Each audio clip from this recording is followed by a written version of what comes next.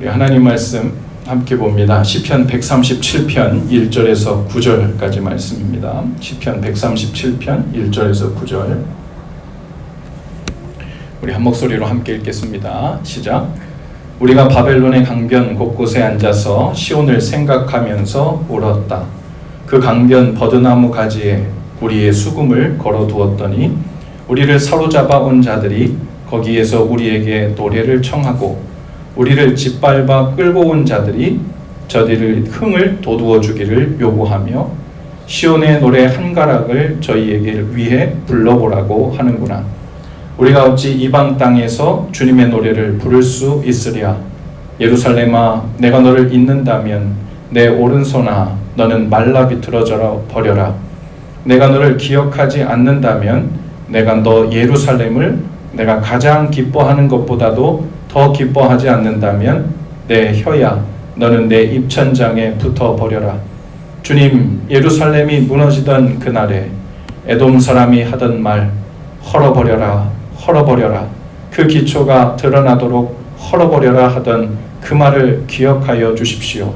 멸망할 바벨론 도성아, 내가 우리에게 입힌 해를 그대로 너에게 되갚는 사람에게 복이 있을 것이다.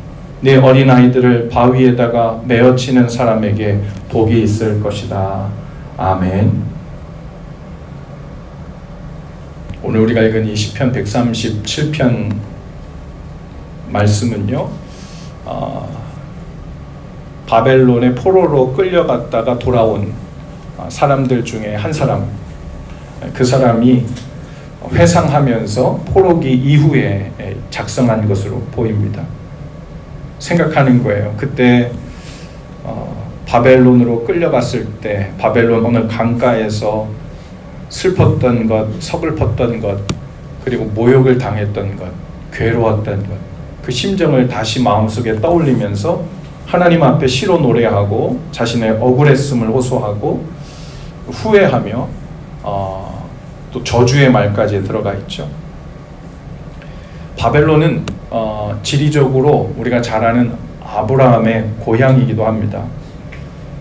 우리가 갈대아인 이렇게 하는데, 이 갈대아인이 원래 바벨론 지역 남부 지역에 사는 사람들을 갈대아인이라고 하거든요.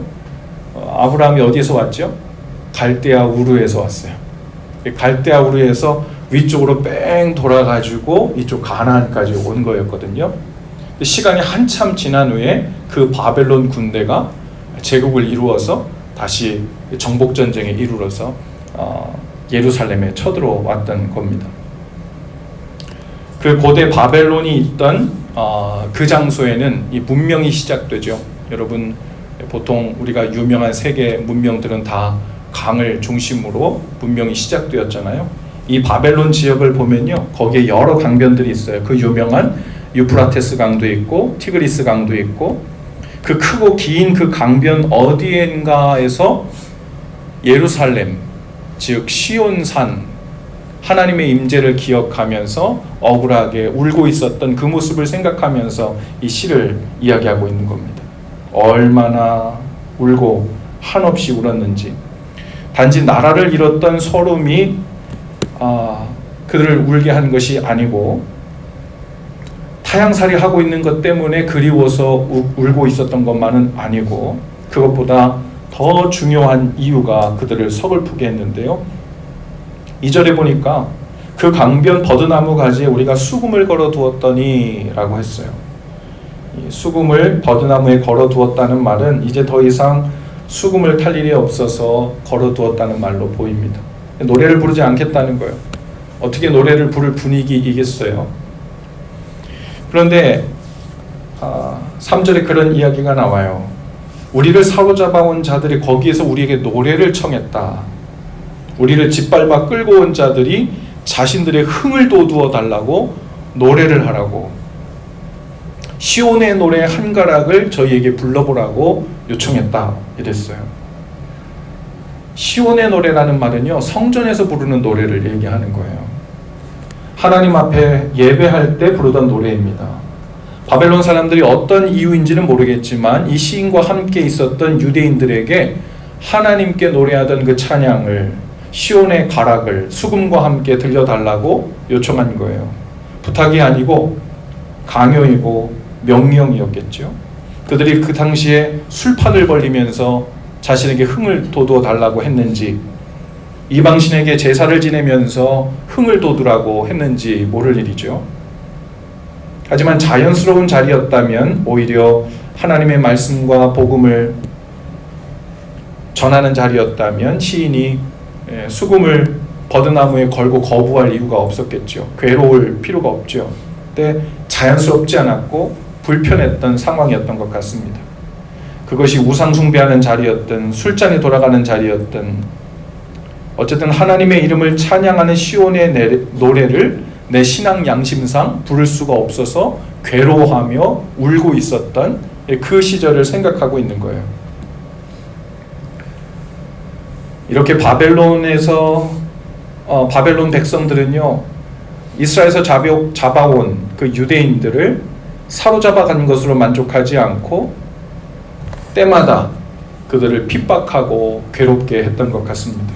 이런 세월을 1년도 아니고 10년도 아니고 30년, 40년도 아니고 무려 70년 세월을 그들이 거기에서 고통스럽게 찢어지는 가슴을 안고 살았던 거예요. 그리고 8절과 9절에 보면 이 바벨론을 향한 그들 안의 억울함과 복수심이 얼마나 타오르는지가 그대로 드러나 있는데요. 멸망할 바벨론 도성아, 내가 우리에게 입힌 해를 그대로 너에게 되갚는 사람에게 복이 있을지어다. 네 어린아이들을 바위에다가 메어치는 사람에게 복이 있을 것이다. 왜냐하면 이 바벨론 군대가 예루살렘에 쳐들어와서 유대인들의 어린아이들을 바위에다 메어쳤거든요. 잔인하게 아이들을 죽이고 여성들을 죽이고, 그 모습을 기억하면서 가족들을 잃고 친지들을 잃은 이들이 이야기하는 거예요. 바벨론 군대, 내 어린아이들을 바위에다가 메어치는 사람에게 복이 있을지어다. 잔인하지만 그들 안에 사무친 억울함과 복수심이 얼마나 큰지를 이야기하고 있죠. 엄청난 저주입니다. 이제 포로에서 귀환해가지고 돌아온 지금 이 시를 쓰고 있는 이 시점에서도 그때 당했던 수치를 생각하면 이 시인이 몸이 떨리고 정신이 아득해서 저 바벨론이 빨리 멸망하게 되기를 간절히 바라고 있는 겁니다. 우리는 오늘 이 시를 읽으면서 그들이 얼마나 고통스러웠을까, 얼마나 힘들었을까, 얼마나 괴로웠을까 하는 것도 연상해 볼 수 있지만, 그것보다 먼저 이 시를 통해 생각해야 될 것은 그들이 그러한 지경이 되기 전에 하나님께서 유대인들에게 또 이스라엘 백성들에게 수없이 많은 경고를 하셨다는 사실을 기억해야 할 것입니다. 수많은 선지자들을 통해서 하나님의 말씀을 들려주셨고, 북이스라엘이 망하지 않도록, 남유다가 망하지 않도록 하나님이 그렇게 많이 경고하셨음에도 불구하고 그들은 하나님의 말씀을 듣지 않고 귀를 막아버리고 눈을 막아버렸어요. 자신들이 원하는 대로 멸망을 향해서, 악을 향해서 끊임없이 계속해서 달려갔었던 겁니다. 하나님 예배하는 것이 귀한 줄 몰랐고, 하나님을 왕으로 삼고 경외하며 사는 것이 복인 줄 몰랐어요. 그렇게 다른 신들을 쫓아가고 세상이 박수쳐주는 삶을 쫓아가고 세상이 인정해주는 성공을 따라 계속 살아간 겁니다. 하나님이 남유다를 멸망시킬 때 남유다 땅에 있던 그 예루살렘 성전, 솔로몬 때 지어졌기 때문에 솔로몬 성전이라고 부르는데요. 그 솔로몬 성전을 하나님이 허락하지 않으시면 파괴되지 않죠. 엄밀한 의미에서는요, 하나님도 원치 않는데 하나님의 보호하심을 뚫고 들어와서 바벨론 군대가 짓밟은 게 아니라 실은 하나님께서 파괴되도록 허용하신 거거든요. 솔로몬 성전을, 예루살렘 성전을 파괴하게 하시고 불지르게 하시고 그 안에 있는 기명들을 바벨론으로 다 끄집어내게 내어가게 하실 때 유대인들도 피눈물을 흘리고 가슴이 아팠지만 사실 가장 마음이 아프셨던 것은 이스라엘 백성이 아니라 바로 하나님이셨습니다. 정말 사랑했던 유대인들, 하나님의 백성들을 포로로 잡아가게 해야 하는 아버지의 심정을 가졌던 하나님의 마음을 그들 중에 아는 자가 있었을지 모르겠습니다. 그들이 이렇게 되기 전에 돌이켜야 했고 하나님 앞에 회개해야 했습니다. 그런데 이제 일이 다 벌어지고 나서 강변에서 당했던 수치와 모욕을 생각하며 분노가 차오르는 거예요. 사람이니까 그 마음이 어쩔 수 없지만 실은 수치와 모욕과 분노보다 하나님을 예배하며 하나님 곁에 살 때 그것이 얼마나 복되고 그 어떤 일보다 힘써 지켜야 되었던 일인 줄 알지 못했던 자신들을 한탄하는 것이 첫 번째죠. 우리가 지금 신앙생활을 하고 있는 오늘의 이 모습이 얼마나 복된 시간인지 몰라요.